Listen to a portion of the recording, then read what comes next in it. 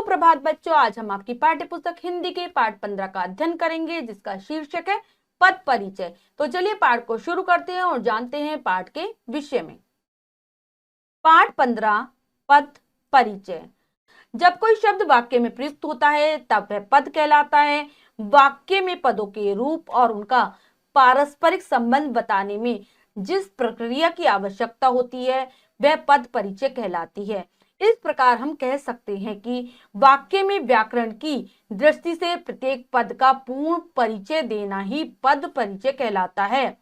जब भी हम जो शब्द है उनका वाक्य में प्रयोग कर लेते हैं तो जो शब्द है वो पद बन जाते हैं, यानी कि शब्दों को पदों के नाम से पुकारा जाता है। तो वाक्य में जो भी पद आए हैं उनके रूप और उनका एक दूसरे से पारस्परिक संबंध बताने की जो क्रिया है, जो प्रक्रिया है, वो पद परिचय कहलाती है।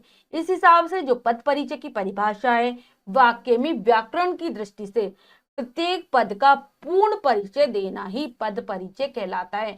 यानी कि वाक्य में जितने भी पद आए हैं जब हम उनके बारे में बताते हैं विस्तार पूर्वक तो वो पद परिचय होता है। पद 8 प्रकार के होते हैं। 8 प्रकार के पद होते हैं व्याकरण में।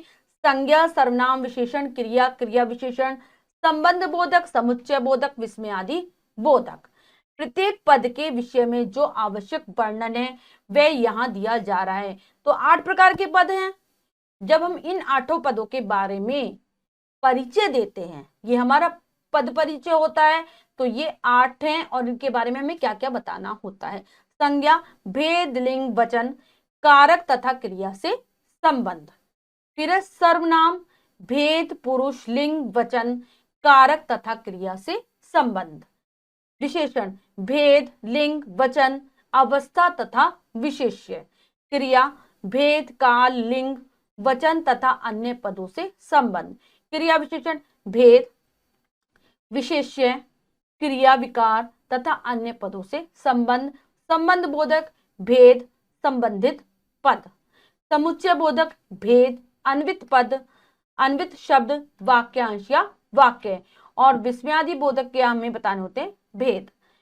पद परिचय की इस प्रक्रिया को निम्नलिखित उदाहरणों द्वारा भली प्रकार से समझा जा सकता है। तो यहाँ पर कुछ उदाहरण दिए गए हैं जिसमें बताया गया है कि हम किस प्रकार से पद परिचय देते हैं। पहला, देव की माता जी ने खाना बनाया। तो इसमें हमारे जो जो पद आए हैं वो है देव की, माता जी ने, खाना और बनाया। अब हम इनका परिचय किस प्रकार से देंगे। देव की व्यक्तिवाचक संज्ञा है, ये पुल्लिंग है, एक वचन है, संबंध कारक का प्रयोग किया गया है और माताजी से संबंध बताया गया है। फिर है माताजी का, माताजी ने, इसका पद परिचय जातिवाचक संज्ञा है, स्त्रीलिंग है, एक वचन है, कर्ता कारक है और बनाया क्रिया का कर्ता है ये। नेक्स्ट है खाना, पदार्थवाचक संज्ञा, पुल्लिंग, एक वचन, कर्म कारक, बनाया क्रिया का कर्म। फिर बनाया सामान्य भूतकाल का प्रयोग है, पुल्लिंग है, एक वचन है और सकर्मक क्रिया है। इसी प्रकार से अगला है पवन के मामा आए। पवन के व्यक्तिवाचक संज्ञा, पुल्लिंग, एक वचन, संबंध कारक, मामा से संबंध। मामा जातिवाचक संज्ञा, पुल्लिंग, एक वचन, कर्ता कारक, आया क्रिया का कर्ता। आए सामान्य भूतकाल, पुल्लिंग, एक वचन, अकर्मक क्रिया। नेक्स्ट है वह गत वर्ष मेरठ में मिला था। तो इसमें कौन कौन से पद हैं, वह गत वर्ष मेरठ में मिला था। पुरुषवाचक सर्वनाम है वह में, अन्य पुरुष, पुल्लिंग, एक वचन, कर्ता कारक, मिला था क्रिया का कर्ता। गत गुणवाचक विशेषण, पुल्लिंग, एक वचन, मूलावस्था, विशेष्य, वर्ष। वर्ष जातिवाचक संज्ञा, पुल्लिंग, एक वचन, कर्म कार्य, कर्म कारक, मिला था क्रिया का कर्म। अगला है मेरठ में। मेरठ में क्या हो जाएगा, व्यक्तिवाचक संज्ञा, स्त्रीलिंग, एक वचन, अधिकरण कारक, मिला था क्रिया का स्थान। मिला था पूर्ण भूतकाल, पुल्लिंग, एक वचन, सकर्मक क्रिया जिसका कर्तृवाच्य कर्ता वह है। अगला है बच्चे दौड़कर घर पहुंचे। तो इसमें बच्चे दौड़कर घर और पहुंचे ये पद आए हैं। बच्चे में जातिवाचक संज्ञा है, पुल्लिंग है, बहुवचन है, कर्ता कारक है, पहुंचा क्रिया का कर्ता है। दौड़कर सकर्मक क्रिया है, पूर्वकालिक क्रिया, पूर्वकालिक है, कृदंत है और अव्यय है। घर, जातिवाचक संज्ञा, पुल्लिंग, एक वचन, कर्म कारक, पहुंचा क्रिया का कर्म, और फिर है पहुंचे, सामान्य भूत, पुल्लिंग, बहुवचन और सकर्मक क्रिया। तो हमने बच्चों देखा कि किस प्रकार से पदों का परिचय दिया जाता है, लेकिन पद परिचय देना सीखने के लिए पहले हमें सब प्रकार से व्याकरण की जानकारी होनी चाहिए कि भाषा में किस प्रकार से किस चीज का महत्व है। हमें पता होना चाहिए शब्द कौन कौन से हैं, शब्दों के कितने भेद हैं। उसके बाद हमें यह भी पता होना चाहिए विशेषण, संज्ञा, सर्वनाम, सबके भेदों के विषय में, उपभेदों के विषय में, काल, वाक्य, सबके विषय में जानकारी होगी, तभी हम अच्छी प्रकार से पद परिचय देना सीख पाएंगे। इसके लिए हमें इन सब चीजों की समझ होनी आवश्यक है, सारे व्याकरण संबंधी नियमों को जानना आवश्यक है। अब हम पाठ का अभ्यास कार्य कर लेते हैं। पहला प्रश्न पढ़ते हैं और उसे करने की कोशिश करते हैं। सही विकल्प वाले गोले को रंगिए। तो बच्चों प्रश्न में 4 विकल्प हैं, 3 विकल्प गलत हैं, 1 विकल्प सही है। हमें सही विकल्प को चुनना है और उसके गोले को रंग देना है। तो चलिए करते हैं। जब कोई शब्द वाक्य में प्रयुक्त होता है तो वह कहलाता है पद, शब्द, वाक्य, क्रिया। तो जब कोई शब्द वाक्य में प्रयुक्त होता है तो वह पद बन जाता है। तो हमारा पहला जो ए विकल्प है एकदम सही है।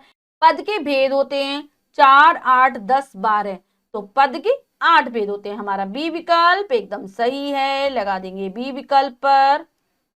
व्याकरण की दृष्टि से प्रत्येक पद का पूर्ण परिचय देना कहलाता है पद विग्रह, वर्ण परिचय, पद परिचय, वाक्य संयोजन। तो ये कहलाता है पद परिचय। नंबर सी विकल्प जो है हमारा बिल्कुल सही है। नेक्स्ट है रिक्त स्थानों में निम्नलिखित वाक्यों का पद परिचय दीजिए। तो नीचे बच्चों कुछ वाक्य दिए गए हैं जिनके हमें पद परिचय देना है। तो चलिए करते हैं। पहला पढ़ते हैं, भीतर जाकर बैठिए।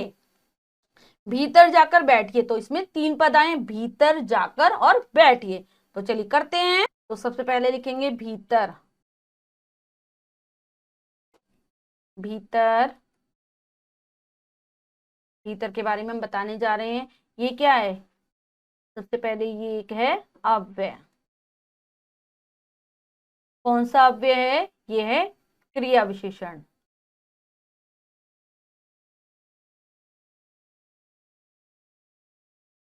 क्रिया विशेषण है ये। उसके बाद कौन सा क्रिया विशेषण? ये क्रिया विशेषण का भेद बताएंगे, स्थानवाचक,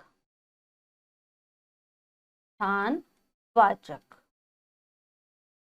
ठीक है। अब हमारा जो अगला शब्द है वो है जाकर। जाकर के बारे में बताना है हमें। जाकर क्या है? वो है पूर्वकालिक क्रिया।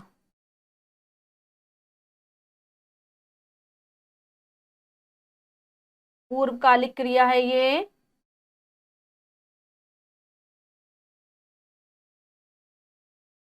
पूर्वकालिक क्रिया, और साथ ही साथ इसका क्या है? इसका मुख्य क्रिया से संबंध है। मुख्य क्रिया से संबंध बता है भी है इसका। मुख्य क्रिया से संबंध है। फिर लास्ट वाला जो हमारा है वो है बैठिए। लास्ट वाला जो हमारा शब्द है वो है बैठिए, शब्द नहीं पद। तो पद बैठिए क्या है? एक तो ये हमारी मुख्य क्रिया है, मुख्य क्रिया,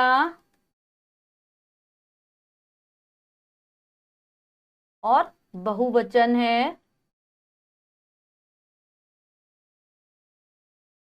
ठीक है। और पूर्वकालिक,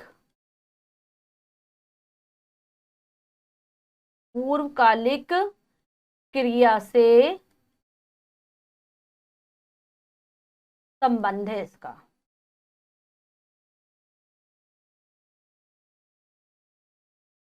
तो बच्चों इसी प्रकार से हमें पद परिचय देना होता है।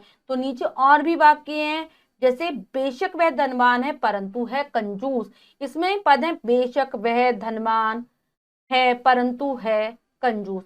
ये सारे पद हैं। जिनमें आपको प्रत्येक पद का परिचय देना होगा। फिर है मैं अभी सोकर उठा हूं, तो मैं अभी सोकर उठा हूं, ये सारे पद आएंगे, इनका परिचय देंगे। उसका साथ छोड़ दीजिए, तो उसका साथ छोड़ दीजिए, ये सारे पद है, इनका पद परिचय आपको देना है। ये कार्य आप स्वयं कर लेंगे अपनी अभ्यास पुस्तिका में। एक उदाहरण स्वरूप मैंने आपको करके दिखा दिया है। अगला प्रश्न पढ़ते हैं, सुमेल कीजिए। तो बच्चों यहाँ पर दो कॉलम दिए गए हैं, एक में पद लिखे हुए हैं और दूसरे में उनके दिखाए गए हैं हमें करके पद परिचय उनका दिया गया है। तो चलिए इनको मिलान कर लेते हैं। सबसे पहले राम की व्यक्तिवाचक संज्ञा एक वचन पुल्लिंग संज्ञा। माता जी ने, तो जातिवाचक एक वचन स्त्रीलिंग संज्ञा। एक पत्र जातिवाचक एक वचन पुल्लिंग संज्ञा। और फिर है लिखा क्या है, सामान्य भूतकाल पुल्लिंग एक वचन सकर्मक क्रिया। तो ये हमने मिलान कर लिया है। अब अगला है निम्नलिखित प्रश्नों के उत्तर लिखिए। तो बच्चों नीचे कुछ प्रश्न दिए गए हैं जिनके उत्तर आपको स्वयं लिखने हैं अपनी अभ्यास पुस्तिका में। ये कार्य आप ध्यान पूर्वक करेंगे और पाठ को पढ़कर करेंगे, क्योंकि सभी प्रश्नों के उत्तर आपको पाठ के अंतर्गत मिल जाएंगे। एक बार मैं प्रश्न पढ़ देती हूँ। पद परिचय किसे कहते हैं? आपको बताना है कि पद परिचय हम किसे कहते हैं, उसकी आप परिभाषा लिखेंगे और उदाहरण देंगे। संज्ञा, सर्वनाम, विशेषण और क्रिया विशेषण के पद परिचय में किन किन बातों का ध्यान रखना चाहिए, ये आप बता देंगे। कि अगर संज्ञा, सर्वनाम और विशेषण का हमें और क्रिया विशेषण का पद परिचय देना है तो किस प्रकार से देंगे। पद परिचय की क्या उपयोगिता है, यह बताएंगे कि हम पद परिचय क्यों देते हैं, क्योंकि इसका व्याकरण में बहुत महत्वपूर्ण स्थान होता है, आपको ये बताना होगा। कि आप अपने शब्दों में लिख लेंगे। बच्चों हमारा अगला प्रश्न है, सुमेल कीजिए। तो यहाँ पर एक कॉलम में पद दिए गए और दूसरे में उनका परिचय दिया गया है पदों का, तो इनमें हमें मिलान करना है। तो चलिए करते हैं। सबसे पहला है राम की। तो राम की ये हमारा हो जाएगा, राम की ये हमारा है व्यक्तिवाचक संज्ञा एक वचन पुल्लिंग संज्ञा। माता जी ने, ये है जातिवाचक एक वचन स्त्रीलिंग संज्ञा। फिर है एक पत्र, ये है जातिवाचक एक वचन पुल्लिंग संज्ञा। और फिर लिखा, ये है सामान्य भूत पुल्लिंग एक वचन सकर्मक क्रिया। तो ये हमने पूर्ण कर लिया है। अगला प्रश्न है निम्नलिखित प्रश्नों के उत्तर लिखिए। तो बच्चों यहाँ पर कुछ प्रश्न दिए गए जिनके उत्तर आपको स्वयं लिखने हैं अपनी अभ्यास पुस्तिका में। एक बार मैं प्रश्न पढ़ देती हूँ। पद परिचय किसे कहते हैं, आप बताएंगे पद परिचय किसे कहा जाता है, उसमें आप उसकी परिभाषा भी लिख देंगे और उदाहरण लिख देंगे। संज्ञा, सर्वनाम, विशेषण और क्रिया विशेषण के पद परिचय में किन किन बातों का ध्यान रखना चाहिए। जब भी हम इन सबका पद परिचय दें तो हमें कौन सी बातें ध्यान रखनी चाहिए, पद परिचय की क्या उपयोगिता है, हम बताएंगे कि हम पद परिचय क्यों देते हैं व्याकरण के अंतर्गत। आशा है आपको यह अच्छे से समझ आ गया होगा, आप अभ्यास कार्य पूर्ण कर लेंगे।